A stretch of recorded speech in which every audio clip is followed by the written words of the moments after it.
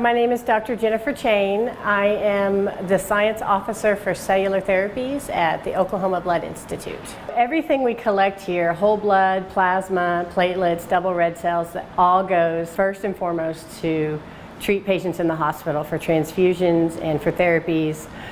And then anything that's left over or anything that can't go directly into a person, those things can be used for research, they can be used for product development, they can be used to develop therapies. And so what we do is we take, like, for example, the white blood cells that are left over from a whole blood donation, we can take the cells out of those and we can grow them in culture. We can do techniques to stimulate them and to study their properties, and we can provide them to scientists who are doing those types of things.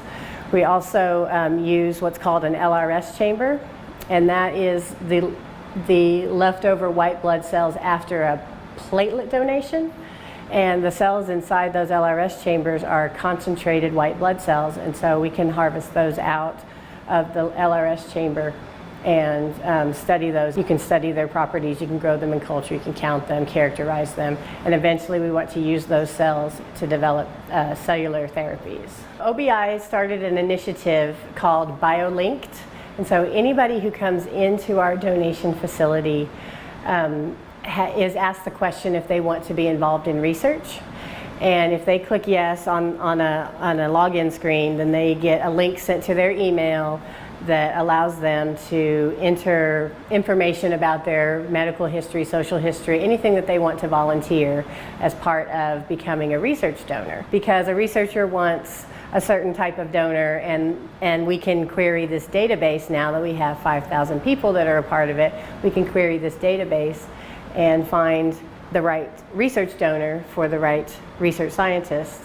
And so that's one way to get involved in research in our community, is through BioLink. I have a project looking at stem cells from bone marrow, from cadaveric and living donor bone marrow. Next year when the OCAST deadline comes up, I'm going to apply for an OCAST grant on one of my projects. Eventually we want to do an SBIR grant, a small business grant, once we have something in hand that can move more towards product development. I think what's really exciting about that ecosystem, the ecosystem of helping companies and helping scientists grow, it's not available in some other states, and so it's a really good network for scientists to get plugged into funding, both at the research level and at the product development level, and to get help in manufacturing and help in their product development. So I think Oklahoma is very fortunate to have this network to help grow its biotech industry.